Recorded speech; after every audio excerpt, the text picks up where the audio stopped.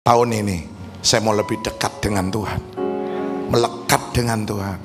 Bahkan kita ada di dalam Dia dan Dia di dalam kita. Jikalau kamu di dalam aku dan firmanku di dalam kamu, apa janjinya?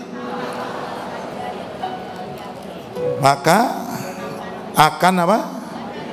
Kamu akan cara terbaik untuk memulai tahun baru adalah dengan mengutamakan Tuhan. Tuhan ingin ditaruh urutan nomor pertama. Yang dibutuhkan hanya satu, ketaatan. Orang nurut itu lebih baik dari kamu memberi kado.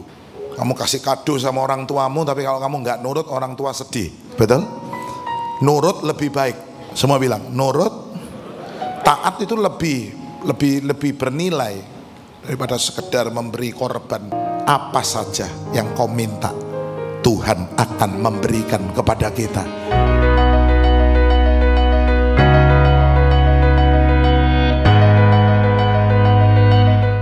Kita masuk di era baru, ya. Tuhan pernah bilang sama Samuel begini, eranya Saul sudah lewat, kamu nggak usah nangisi dia.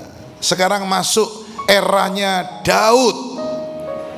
Amin. Samuel sempat berduka, ya, karena melihat Saul ini kok ndablek, udah dapat anugerah. Kadang-kadang orang dapat anugerah bisa lupa, ya, bahwa kita bisa seperti ini semua karena kasih karunia. Kalau orang jadi ndablek, jadi semaunya, jadi nggak bisa diatur, ya. Nah, sempat beberapa kali Saul diberi kesempatan, ya, tapi karena terus melakukan hal yang sama, yaitu tidak pernah taat pada perintah Tuhan, suruh nunggu nggak mau nunggu. Alasannya ini kelamaan. Karena yang namanya Samuel tuh hobinya suka telat, saudara. Saya paling telatnya berapa jam, ya? Samuel itu telatnya berhari-hari. Untung gembala saudara nggak seperti Samuel perjanjian lama.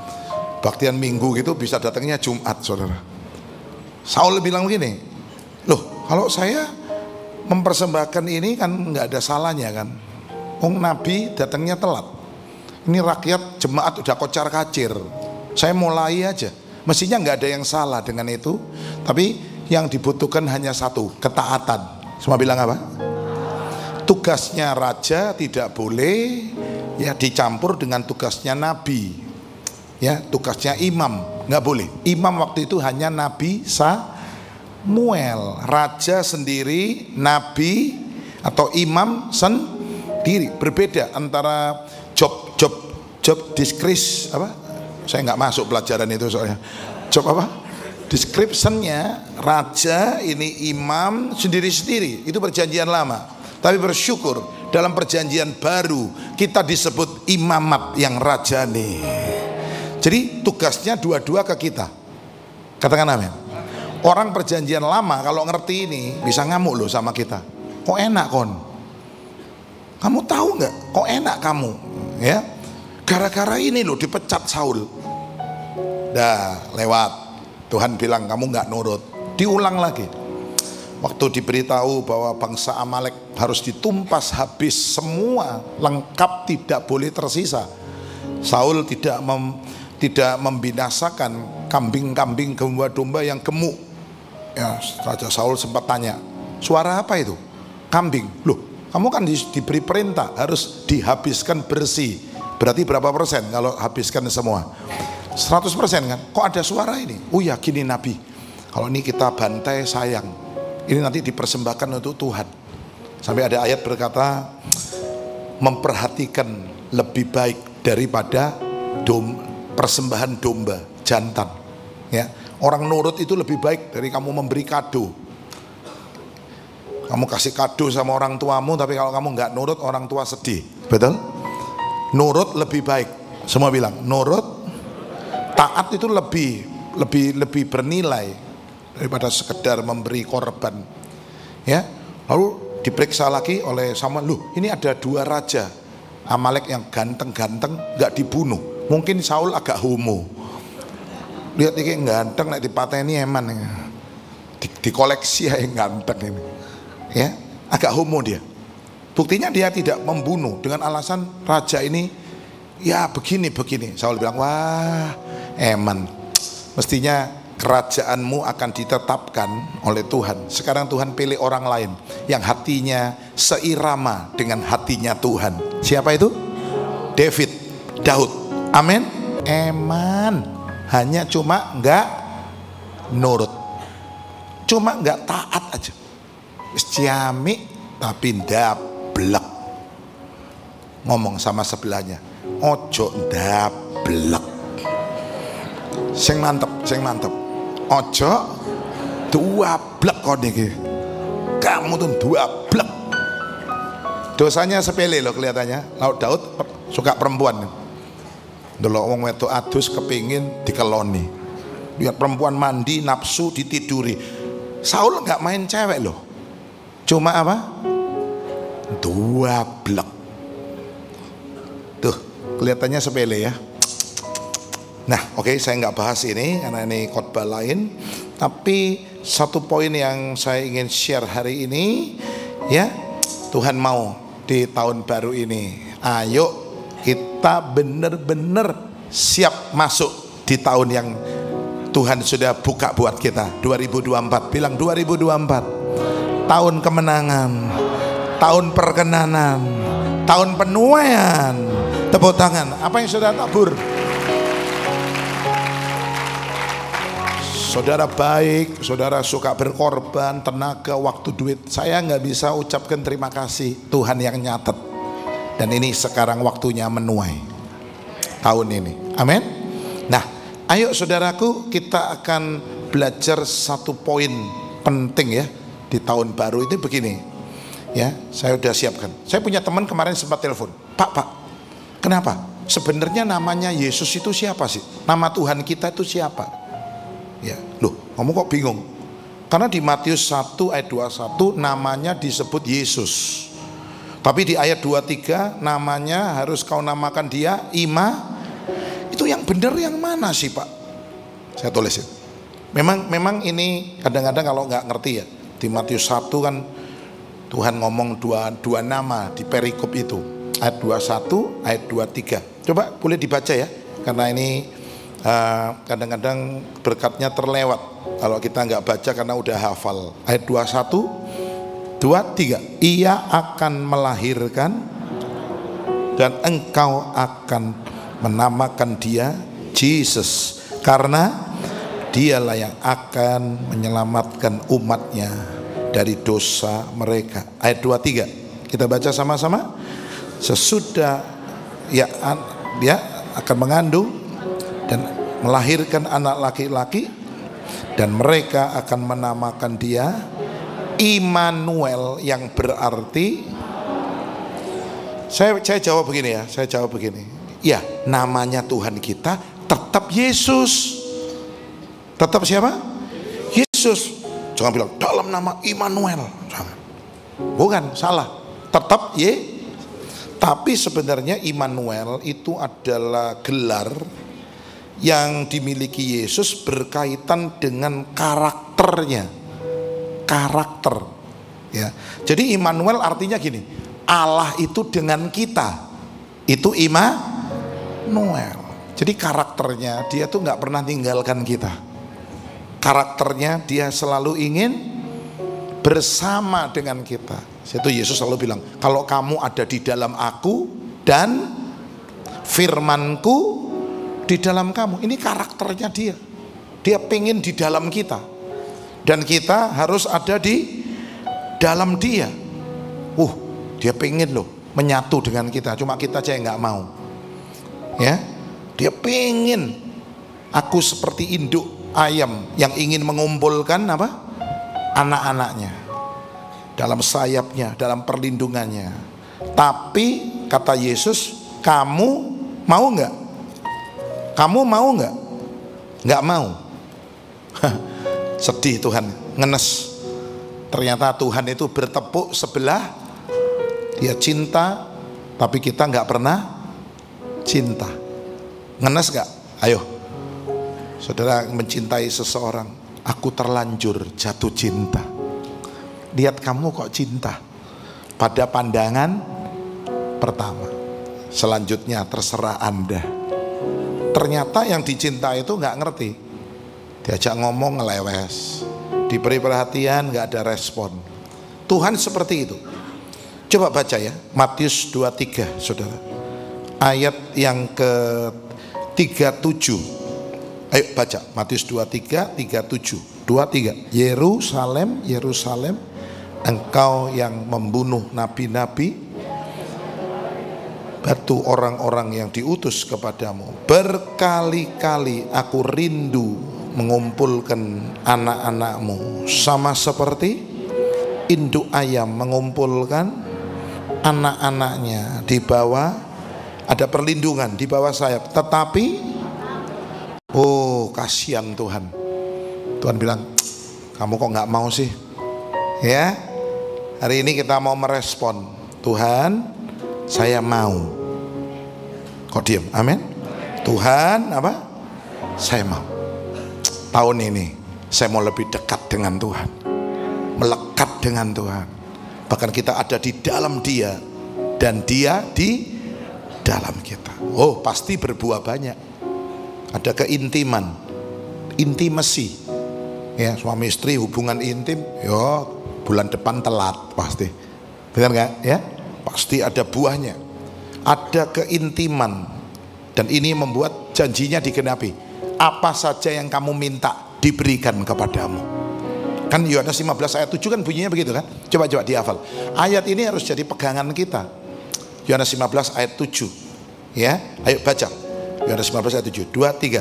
Jikalau kamu di dalam aku dan firmanku di dalam kamu, apa janjinya? Maka akan apa? Kamu akan wah, dahsyat ini. Kenapa sih minta nggak pernah diberi? Karena kita nggak ada keintiman. Kita belum masuk di satu tahap ini. Kita di dalam Tuhan, Tuhan di dalam kita. Dahsyat ini. Dan ini hanya bisa dikerjakan oleh Roh Kudus. Siapa? Karena Yohanes 14 Roh Kudus, Yesus ngajar Roh Kudus. Yohanes 16 Yesus ngajar Roh Kudus. Hanya Roh Kudus ini yang bisa melakukan penggabungan kita dengan Tuhan. Dulu istilahnya ABRI itu apa? Manunggal, antara ABRI dengan rakyat. Nah ini ya, kemanunggalan kita dengan Tuhan ini menentukan jawaban doa. Kok nggak ada amin? Selama kita nggak bisa nyatu dengan Tuhan, saudara, doanya itu sulit dijawab ya. Mau doanya dijawab? Saudara punya harapan di tahun ini? Coba saudara sekarang ketik di HP ya, karena saya pikir kalau saya bagi kertas tuh nggak efisien. Udah wis gak zamannya kertas. Nanti sudah kertas masih perlu apa satu lagi? Pulpen. Wah, pelayan Tuhan ini dibuat pusing dengan pulpen nanti. Sudah pusing perjamuan nanti ya kan? Bagi kertas, bagi ya pulpen lagi. Udah sekarang zamannya HP, semua punya HP, betul? Katanya manusia nggak bisa hidup tanpa HP, ya. Karena kalau tanpa HP hidupnya jadi hidup. Loh, HP kan HIDUP. Tanpa HP jadi apa? Itu. Jadi manusia nggak bisa hidup tanpa nggak mudeng ya. Cocok nanti ketawai di mobil. Iya bener. Hidup gak ada HP ya itu. Loh, hidup HIDUP. Hilang ono H sama P-nya. Jadi apa? Nah iya kan, manusia kan nggak bisa hidup tanpa HP.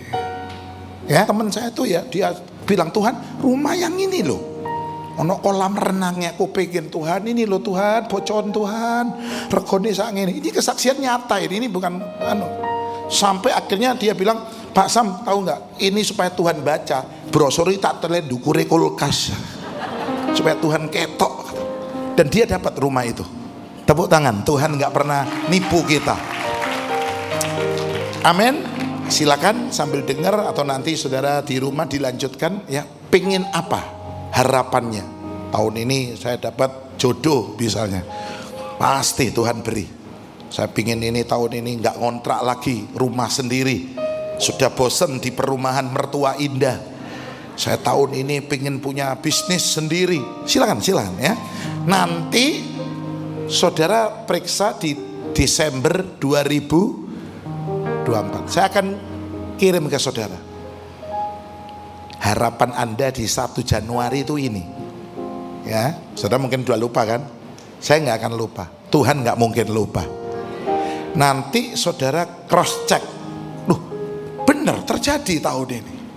Karena Tuhan janji, apapun, apa saja yang kau minta, Tuhan akan memberikan kepada kita. Engkau akan menerimanya. Amin. Silakan ya, saya tunggu saudara bisa mengirimkan dan saya akan simpan baik-baik. Kalau saya punya teman tuh dulu belum ada HP, jadi dia sama pendetanya suruh nguris kertas dengan pen, ya, sama dia dibawa pulang, dilempit, dimasukkan dompet. Sampai 31 Desember dia buka, dia periksa, semua Tuhan sudah berikan kepada dia, semuanya. Itu kesaksian Pak Budi Sukandi itu, yang kemarin bapak-bapak Pak Yulis mungkin ketemu di Bali. Orang ini punya pengalaman dari nol, dari orang miskin, ngekos. Dia bilang, Pak, aku ini mungkin kalau boleh dikata di titik paling bawah, ngekos, ya, ngekosnya pun kamarnya dekat kamar mandi, karena itu paling murah, saudara. Kan bau kamar mandi, ya kan? Tapi dia bilang, dia sempat kerja di Ace Hardware, ya, itu ini Living Word juga Ace Hardware, itu mantan bosnya dia, ya, di kawan lama. Dia bilang, saya tulis, saya lempit, saya masukkan dompet saya, dan di akhir tahun waktu saya buka, semuanya Tuhan sudah berikan kepada saya. Tuhan hebat, Tuhan ajaib. Percaya Tuhan hebat? Amin. Nah, ayo ya. Jadi ini saya sudah share, silakan saudara kirimkan. Ini nggak ada kebaktian jam 7, nggak ada ya? Nggak ada. Jadi bisa terus ya? Nggak apa-apa ya? Oke. Ya. Jadi kalau ada kebaktian berikutnya kan saya mesti rem ya. Jadi kalau ini nggak pakai rem, langsung sampai jam 11 malam, oke? Saya nggak mau dimarahi TP kalau sampai jam 11 ya. Oke, hari ini saya ingin share begini. Cara terbaik untuk memulai tahun baru adalah dengan mengutamakan Tuhan. Ya, cara terbaik untuk memulai tahun baru di beberapa negara, ya, di Singapura, ditunjukkan di TV ya, di Sydney Opera House, wah, di New York, di mana, di California, di Kali Kepiting, Kali Judan, wah, di Bali, di Kuta, wah, diledakkan kembang api, duar, 2024 kali, sesuai dengan nama 2000, tahun 2000, katanya mulai jam 10 udah diledakkan, duar, dihitung itu 2024 kali. Puncaknya di pukul 00 titik, katanya itu nggak berhenti, duar. Waduh, itu cara mereka memulai tahun baru. Tapi cara yang terbaik sebagai anak Tuhan memulai tahun baru adalah dengan apa? Ucapkan, mengutamakan Tuhan. Tuhan ingin ditaruh urutan nomor pertama. Kalau itu di caleg ya, urutan pertama pasti masuk Senayan, ya kan? Betul, Mas Andrio, ini kan juga caleg, calon wali kota ya, Andrio ya. Pertama Senayan, kedua provinsi, ketiga mungkin ya DPRD Kota Madya. Tuhan ingin diletakkan di urutan pertama. Bilang, Tuhan itu urutan pertama. Jangan taruh dia di nomor yang lain ya. Tuhan nggak suka itu. Tuhan aja 10 hukum Taurat dimulai nomor 1, jangan ada padamu ilah lain. Jadi nomor 1 Tuhan. Indonesia diberkati karena nomor 1 sila pertama apa? Ketuhanan yang Maha Esa. Amin. Selamat Tuhan ditaruh nomor 1. Dahsyat saudara. Lihat di uang dolar itu ada tulisan apa? In God we trust. Ya, saudara-saudaraku, Tuhan nomor 1. Kalau Tuhan diletakkan pertama. Matius 6:33. Hafal ayat ini? Matius 6:33. Ayo, Matius 6:33 bunyinya apa? Sambil ditampilkan, carilah dahulu kerajaan Allah dan kebenarannya. Jadi Tuhan diutamakan nomor satu, urutan pertama, maka semuanya akan apa? Ditambahkan kepada. Ada kata ditambahkan. Berarti saya tulis, hidup manusia ini pasti ada yang kurang. Hidup manusia ini selalu ada yang kurang. Biar kayanya luar biasa, ada yang kurang dalam hidupnya. Nggak mungkin wah ya wis lengkap semua, nggak ada. Oh no, sing kurang. Ada aja yang kurang. Saya tunjukkan ada kekurangan-kekurangan dalam hidup manusia, dan hari ini Tuhan akan tambahkan jika kita mengutamakan Dia, mengutamakan Tuhan. Tuhan letakkan urutan pertama. Bangun pagi nyapa siapa? Tuhan, thank you masih bangun. Jangan bangun pagi, endi sandal jepitku. Loh, kon isu-isu kok golek sandal jepit? Bangun pagi, koran, mana koran? Mbak, koran ini nang di mbak. Sampai iki lho tangi isu kok sih goleki koran sih, nggak goleki Tuhan. Mbok melek Tuhan, makasih ya bisa hidup ini. Untung tadi malam nggak babas tidurnya. Gak tangi mana ya saudara, nggak bangun lagi. Ya, ayo Tuhan nomor satu. Jangan kalahkan Tuhan dengan hobi saudara. Jangan kalahkan Tuhan dengan yang lain. Anak-anak saudara itu ya, ayo ke gereja. Aku besok ujian. Mau nggak ke gereja, mau belajar. Tak omongi ya saudara. Anda tinggal ke gereja, di rumah anak-anak Anda nggak belajar. Saya beritahu, nggak belajar. Wis ta, aku loh pengalaman tadi anak soalnya. Di rumah saya nggak ikut belajar. Saudara tinggal nggak belajar ya. Apakah dengan nggak ke gereja lalu di rumah belajar nilainya bisa lebih bagus? Bisa lebih bagus? Saya nggak jamin. Malah justru kalau dia ke gereja, Tuhan beri dia hikmat 10 kali lebih pinter dari yang lain. Ya, saya waktu mau ujian skripsi dokteran psikologi, karena S1 saya psikologi ya. DRS PESI itu titel saya. Kalau sekarang kan S PESI, semua pakai S kan, SE, SH, ya kan, S PESI sarjana. Saya itu mau ujian jam 9, saya jam 6 pagi khotbah. Bener itu. Sampai orang bilang, Pak, ojo khotbah. Gak, aku khotbah sih. Ya, ini ujian, oke, gak popo, gak pengaruh. Saya bilang, saya tergesa-gesa, saya masuk ruang ujian. Saya dapat nilai terbagus ujiannya. Sampai dosen saya, ya dosen saya itu orang Jogja ya, dari UGM. Saya anterin pulang kok, malah yang menguji saya nggak pernah kenal. Pak, rumahnya di mana? Jogja. Anterin. Saya anterin dia pulang. Ya, sampai dia tanya, wah pendeta situ iki bedo jadi. Ya, apa ujian skripsi mestinya orang tenang, nggak kemana-mana, iki malah khotbah. Loh, saya bilang, Pak, kalau ngutamakan Tuhan, semuanya akan ditambahkan kepadamu. Jadi, saudara jangan mau dibujui anak-anak saudara. Dibujui cucu-cucumu. Nggak melok kong, ujian besok rodok dipeksa. Ke gereja, besok nilaimu pasti bagus. Engkong gak ajak kamu ke gereja, kamu di rumah malah mainan, ya mainan malah gak pinter. Nek ke gereja sembahyang, Tuhan kasih pinter. Mengutamakan Tuhan nomor satu.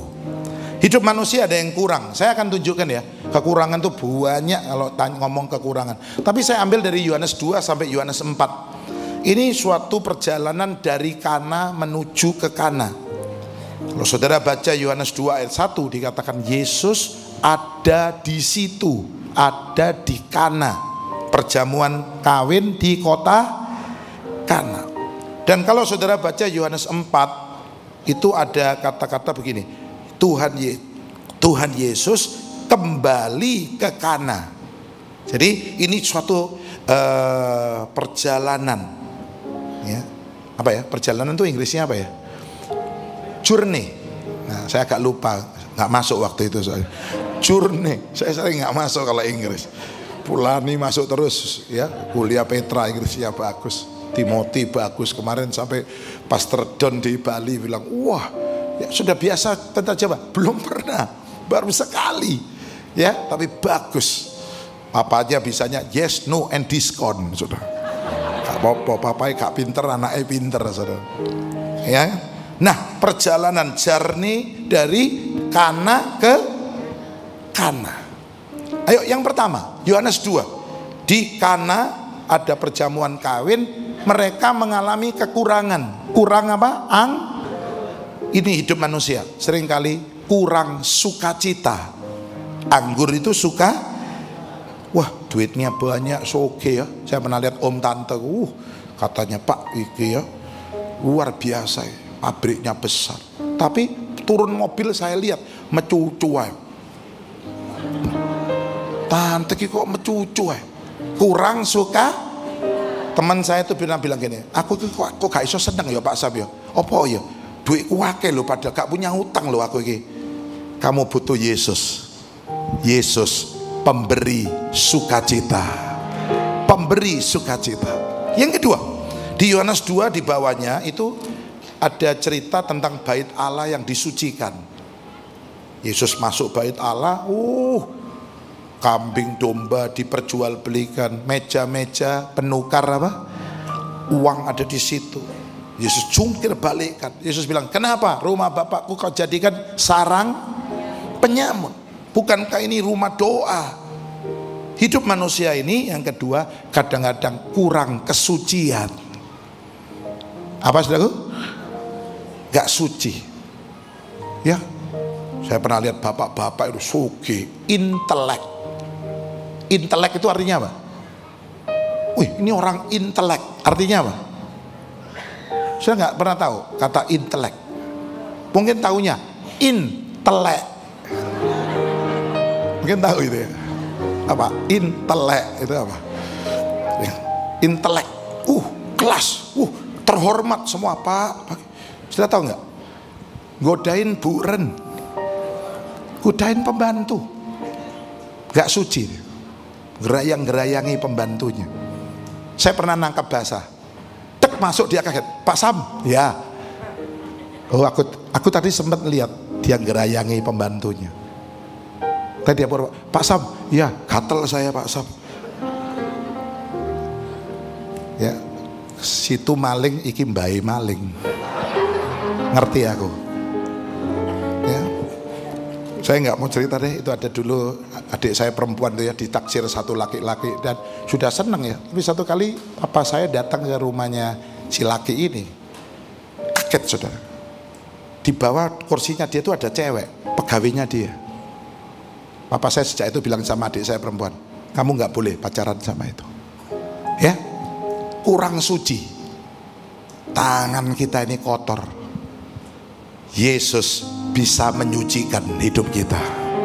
Dia pemberi kesucian. Kita akan disucikan. Kalau ngomong kotor ya, kita di sini nggak ada yang layak kok.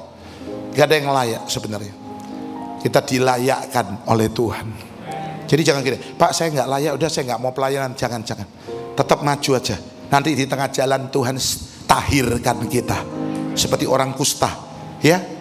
Tuhan bilang, tunjukkan dirimu ke imam. Di tengah jalan mereka tahir. Jadi waktu jalan sudah tahir belum? Belum. Tapi waktu jalan, di tengah jalan apa? Kita pelayanan aja. Nanti di tengah pelayanan Tuhan sucikan kita. Gereja ini bukan tempatnya orang suci-suci sebenarnya. Gereja ini tempatnya orang bobrok yang mau disucikan. Kalau nyari orang suci jangan di gereja. Enggak ada. Ya, di gereja ini tempatnya orang yang berdosa, yang mau Jadi jangan kebalik ya. Ayo Pak ke gereja, saya masih kotor Pak. Nanti saya nunggu saya suci saya ke gereja. Anda ini salah loh, ditipu setan. Kita ubah mindset kita. Ke gereja bukan nanti nunggu suci, justru kotor ke gereja disucikan. Yang percaya beri tepuk tangan buat Tuhan kita. Yang ketiga, kekurangan yang ketiga, Yohanes pasal 3, Yesus bertemu tokoh agama Yahudi namanya Niko. Yesus bilang kamu harus dilahirkan kembali, lahir baru. Yang ketiga, hidup manusia ini kurang pembaharuan. Kita butuh yang namanya pembaharuan. Tuhan janji kita akan dibaharui dari hari ke selalu baru tiap pagi. Nyanyi. Baru tiap pagi, besar setiamu Tuhan, besar setiamu. Tuhan ingin memberi kita pembaharuan. Saya suka donor darah ya. Setelah donor darah tuh seger. Kenapa? Darah yang lama kita keluarkan. Dulu kan ada packnya tuh 350. Saya mesti double kanan kiri. Pak nggak pingsan, nggak kuat saya. Jadi sekali donor 700 cc. Sekarang sekali donor pack besar 500, double nggak boleh. Ya, wah darah lama keluar, produksi apa? Wah seger. Semua yang ada pembaharuan. Kalau dipimpin anak muda ada pembaharuan, seger rasanya, amin. Wah dia bilang, wah kalau anak muda yang mimpin lain ya Pak ya. Iya, anak muda ada darah baru, segar. Tuhan akan berikan pembaharuan buat kita, sehingga kita nggak bosan. Hidup ini bukan membosankan ya. Orang bosan tuh karena apa? Pancet ay, segini tok ay, pancet. Nah ini butuh pembaharuan. Ada orang bunuh diri karena bosan hidup. Dia nggak ada pembaharuan. Saya berdoa hidup ini semangat saudaraku, karena ada yang baru setiap hari. Motonya Pak Dahlan Iskan, temannya Pak Rudi ya, mana Pak Rudi? Pak Rudi mana ya, temannya Pak Dahlan kan ya. Dulu Jawa Pos ditulis selalu ada yang baru. Itu janggelnya, selalu ada yang baru. Tuhan mau memberi kita pembaharuan. Yang keempat, Yesus berjumpa dengan seorang wanita bernama NN, perempuan sama, karena tidak ditulis namanya. Kita tahu bahwa wanita ini wanita nggak benar. Kalau benar ditulis namanya Maria, Marta.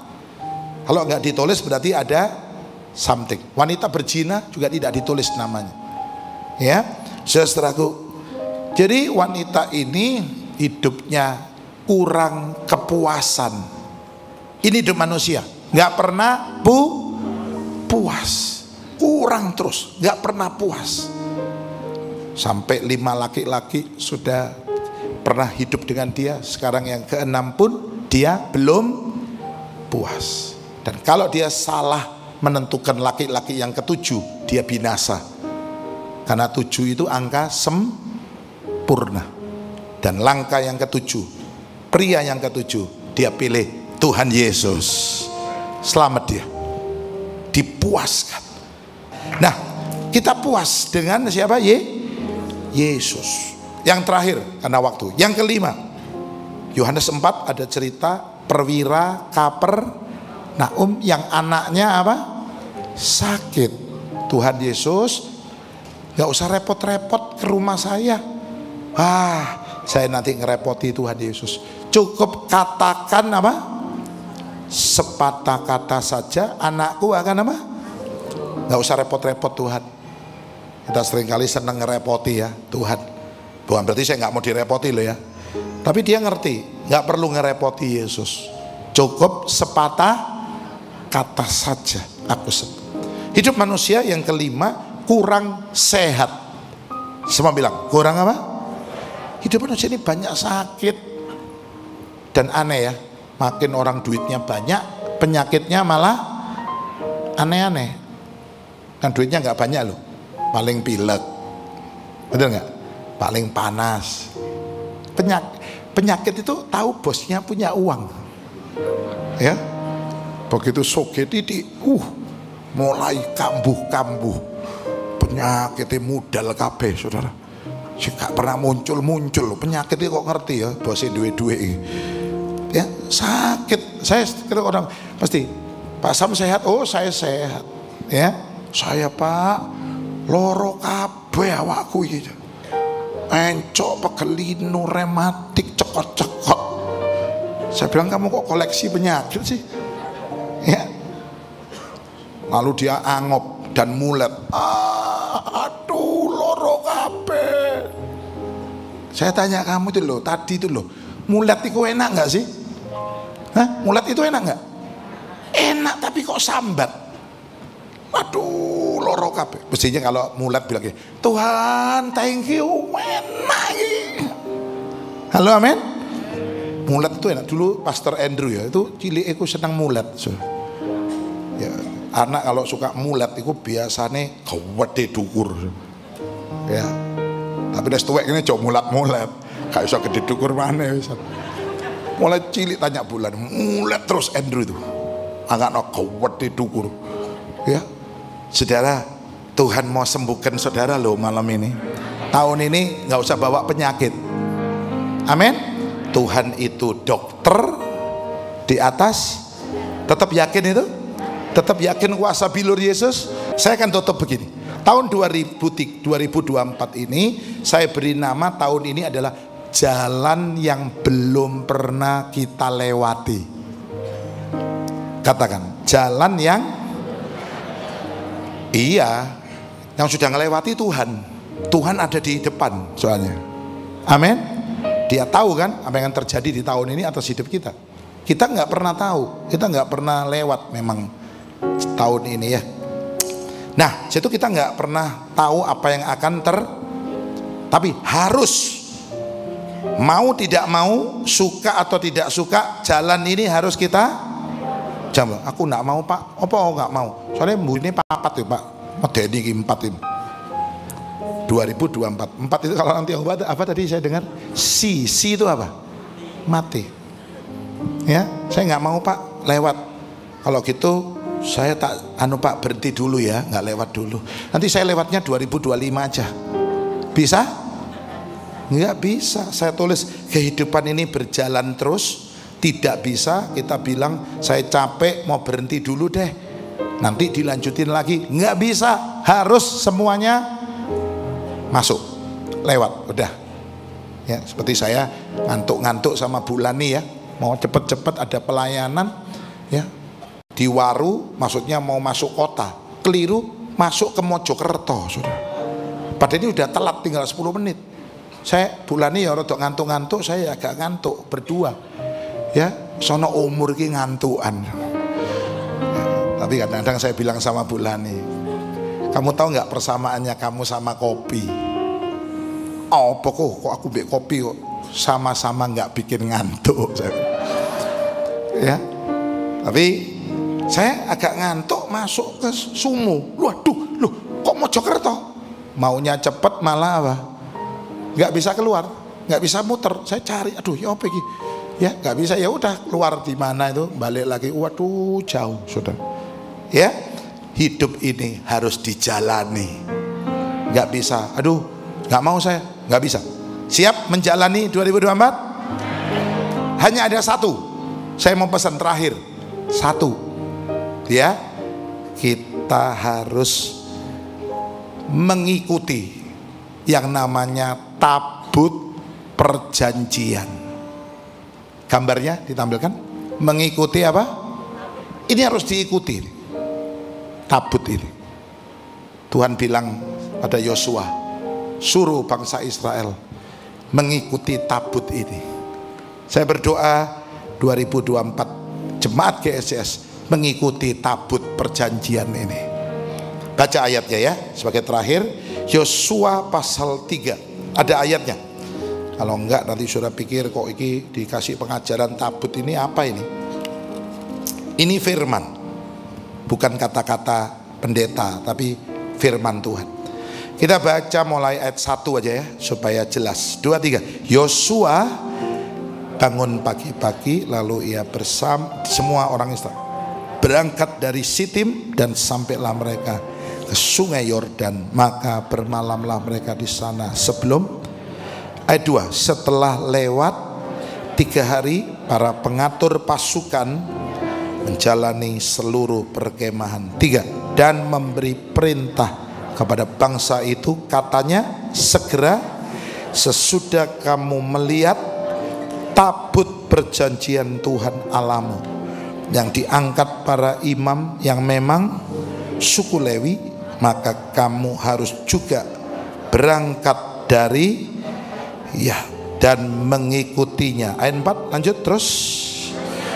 Hanya antara kamu dan tabut itu harus ada jarak kira-kira 2000 hasta panjangnya. Janganlah, maksudnya supaya kamu mengetahui jalan yang harus kamu tempuh, sebab jalan itu belum pernah kamu lewati dahulu. Ayat 5, berkatalah Yosua kepada bangsa itu, semua baca, kuduskan dirimu, sebab besok Tuhan akan melakukan perbuatan yang ajaib di antara kita. Teriak yes, ajaib. Amin. Syaratnya cuma satu aja, nggak banyak. Kamu harus mengikuti siapa? Coba gambarnya, mengikuti siapa? Tabut. Ini gambarnya tabut ini. Boleh multimedia saya berikan detailnya tabut. Nah, oke. Ya, terima kasih. Tabut itu seperti ini. Ya, ada tutupnya, 2 kerup. Tutupnya ini adalah Allah Tritunggal.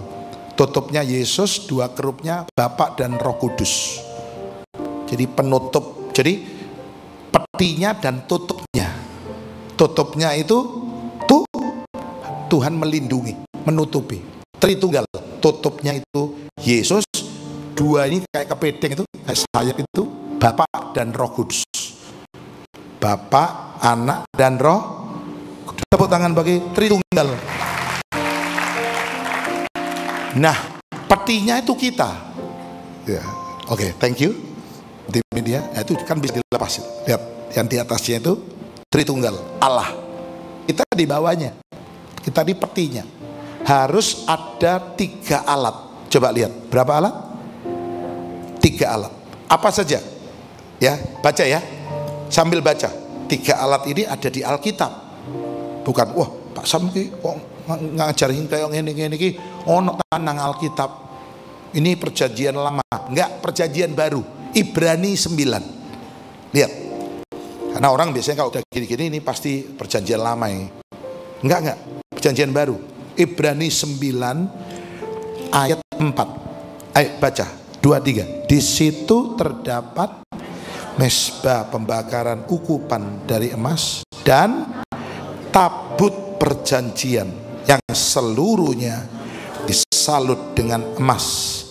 Di dalam tabut perjanjian itu tersimpan 1 buli-buli emas berisi mana. 2 tongkat Harun yang pernah bertunas. 3 dan loh-loh batu yang bertuliskan perjanjian. Nah, saya lihat gambarnya itu. 3 kan? Buli-buli berisi mana? Yang kayak gentong kecil itu, buli-buli. Lalu tongkat Harun bertunas. Bukan pohon yang bertunas, tapi apa? Tongkat. Mati berarti. Udah mati loh. Tongkat kalau pohon masih hidup. Mati tapi ada kehidupan. 3 loh batu. 2 loh batu. Apa sih ini? Ya, singkat saya akan tunjukkan. Ini yang harus kita ikuti supaya perjalanan kita sukses. Ini kita nggak tahu ya. Kalau saya setiap hari lewat ITS karena rumahnya di timur, saya tahu. Oh, ini ada polisi tidur di sini. Oh, ini ada lubang. Oh, ini bergelombang. Karena setiap hari dilewati. Jadi kita, kalau kita nggak pernah lewat, tahu-tahu masuk, waduh selip ini. Nah, sebab itu perlu mengikuti tabut perjanjian. Apa itu? Buli-buli emas berisi mana. Mana itu firman kan? Dari mana timbulnya iman? Dari pendengaran akan. Jadi ini bicara tentang iman yang sempurna. Catat, iman yang sempurna. Mana ini tidak pernah busuk. Padahal mana itu biasanya bisa keluar set, keluar ulet. Tapi karena ditaruh di buli-buli emas berisi mana, ini permanen. Semua bilang permanen. Ini bicara tentang iman yang tidak akan goyah, tidak akan berubah iman kita kepada Yesus. Jujur ya, hari-hari ini banyak orang gampang goyah imannya. Ya, malah banyak yang lalu beralih ke yang lain. Ini orang seperti ini berarti dia nggak ngikuti tabut. Orang ikuti tabut, imannya tidak akan apa? Jangan hanya gara-gara seragam lalu Anda mundur. Aku gak pelayanan Pak, apa? Aku gak kayak seragam. Loh, kamu cek imanmu kok seharga seragam ya? Ya apa ini? Kenapa nggak datang waktu Natalan bagi kotaan pas wayaku entek? Loh, ya mana tahu? Mana ketehe? Wong India, mana ketehe? Loh, maksud gara-gara gak oleh kotaan kamu lalu bilang aku gak mau ke gereja lagi, malu aku kan. Eman ya, kamu gak ngikuti tabut. Yang kedua, dengan cepat ya, saya gak boleh lama-lama ini, nanti dimarahi Bulani. Malam Bulani kadang jok suwe-suwe yo. Ya, karena apa? Bukan kepingin cepat pulang supaya jemaat itu nanti gak antri yang di depan, kan gantian gitu ya. Tapi karena ini gak ada yang ditunggu, gak ada antri, kita lanjutkan ya sampai malam ya. Enggak. Kedua, tongkat Harun yang bukan pohon yang bertunas. Kalau pohon ada akarnya, tapi kalau tongkat berarti sudah mati, kayunya udah dipotong, tapi bertunas. Bicara tentang pengharapan yang sempurna. Sudah mati bisa hidup, masih ada harapanku dalam Yesus tak akan pernah sia-sia. Yes. Dan imanku tetap teguh karena Yesus menopangku. Banyak orang kehilangan harapan. Harapanmu tidak akan hilang. Banyak orang sedang kehilangan pengharapan. Saya tulis. Sebab itu Paulus menyuruh Timotius peringatkan kepada orang-orang kaya, jangan berharap pada sesuatu yang tidak tentu, yaitu kekayaan. Jangan berharap pada kekayaan Anda. Anda boleh kaya seberapapun kaya Anda, silakan dan bersyukur untuk itu. Tapi jangan berharap duitmu. Ada waktunya uang tidak bisa menolong. Kapal Titanic tenggelam, uangnya bisa nolong nggak? Soge-soge bawa berlian, berkoper-koper uang dolar, uang pound sterling, mati, tenggelam semua, nggak bisa nyelamatkan. Coba baca ini 1 Timotius 6, 17-18. Bagus, karena di GSCS sore ini banyak orang-orang kaya, jadi diperingatkan lagi. Saudara semua kaya? Amin. Kaya beneran? Ya kaya Pak, saya kaya monyet. Jangan kamu masa mau kaya monyet ya, bukan kaya beneran. 1 Timotius 6 ayat 17-18 ya, baca 2-3. Peringatkanlah orang-orang kaya di dunia, di GSCS ini, agar mereka ojo sombong lek soge. Jangan sombong. Halo, Anda punya mobil mewah, jangan nanti mobil kita yang terakhir adalah mobil jenazah. Betul? Jangan sombong. Jangan sombong kalau Anda cantik atau ganteng. Ojo sombong. Karena nanti muka kita yang terakhir adalah tengkorak. Ojo sombong ya. Halo, amin. Ya, jangan sombong dengan gelar Anda yang banyak. Di depan 2, di belakang 3. Saya pernah dapat kartu nama, mbok iki ditele searat-arat. Jangan sombong, karena nanti gelar Anda dan saya yang terakhir adalah almarhum. Kalau perempuan almarhumah, kalau banci aluminium. Jangan tinggi hati, diperingatkan. Sogeo, ojo sombong-sombong. Amin. Baca lagi terus. Dan jangan berharap pada sesuatu yang tak tentu. Seperti apa? Ojo berharap ambil duit, melainkan pada Allah yang dalam kekayaannya memberikan kepada kita segala sesuatu untuk apa? Ya, punya uang nikmati. Lencero, mangano sing enak. Halo, amin. Jalan-jalan, ojo gak dinikmati loh, nanti mati dinikmati orang. Terus terakhir 18, peringatkanlah agar mereka, orang kaya itu, agar mereka apa? Ayo, kaya gunakan untuk berbuat baik. Lalu apa? Menjadi kaya, suka memberi dan membagi. Duit jadi dibotok aja duit. Ayat 19 terakhir. Dan dengan demikian mengumpulkan suatu harta sebagai dasar yang baik bagi dirinya di waktu yang akan datang untuk mencapai hidup yang mau tepuk tangan, yang mau tepuk tangan. Amin. Ayo ojo berharap pada kekah. Dan yang ketiga, penutup. Apa tadi? Loh batu. Ini bicara tentang kasih yang sempurna. Jadi memang cuma 3 ini yang ada. Iman, apa? Harap, kasih. 3 perabot, 3 alat dalam tabut perjanjian. Semua ini ada pelajarannya. Kalau mau belajar firman ini ada semua, berkaitan, tidak bertentangan. 3 ini harus kita kejar. Terutama baca ayat penutup ya. 1 Korintus 13 kan bicara tentang kasih, ya kan? Kasih itu lemah lembut, sabar sederhana,